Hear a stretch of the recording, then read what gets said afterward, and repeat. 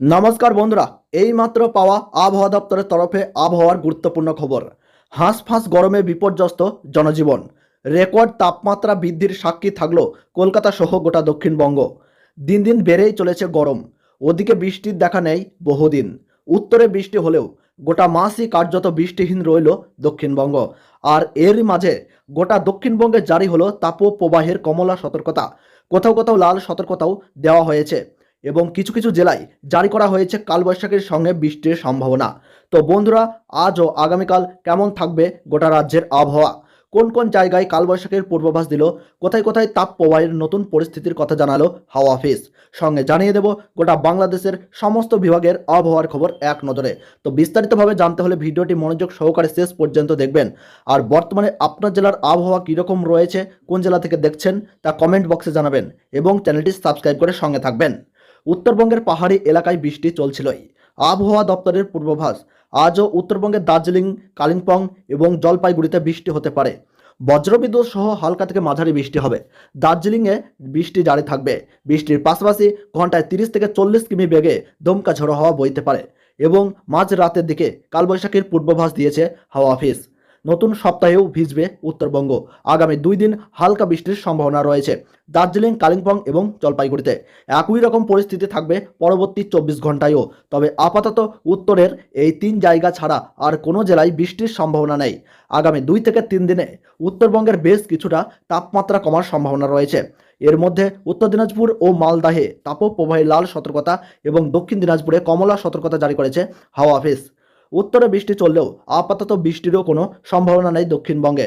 আগামী 3 দিন পর্যন্ত গোটা দক্ষিণবঙ্গেই তাপপ্রবাহের সতর্কতা জারি করেছে হাওয়া অফিস। গোটা দক্ষিণবঙ্গেই তাপপ্রবাহের কমলা সতর্কতা জারি করা হয়েছে। আগামীকাল গাঙ্গেয় পশ্চিমবঙ্গে তাপপ্রবাহের লাল সতর্কতা জারি হয়েছে।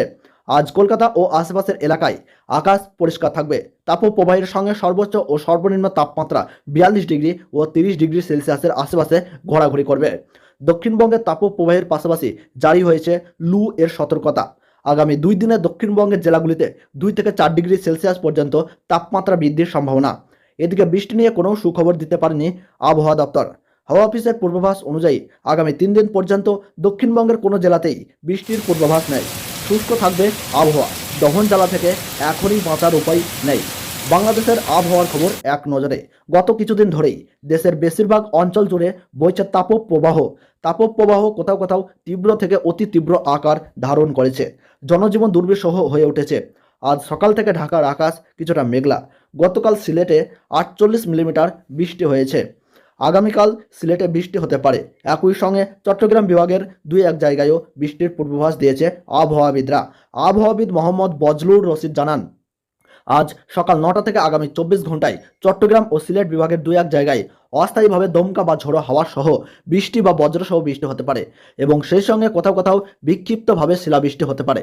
এছাড়া দেশের অন্যত্র অস্থায়ীভাবে আংশিক মেঘলা আকাশ সহ আবহাওয়া প্রধানত শুষ্ক থাকতে পারে। তিনি আরও জানান, রাজশাহী, চুয়াডাঙ্গা ও পাবনা জেলার উপর দিয়ে অতি তীব্র তাপপ্রবাহ এবং টাঙ্গাইল, বগুড়া, বাগেরহাট, যশোর ও কুষ্টিয়া জেলার উপর দিয়ে তীব্র তাপপ্রবাহ বয়ে যাচ্ছে।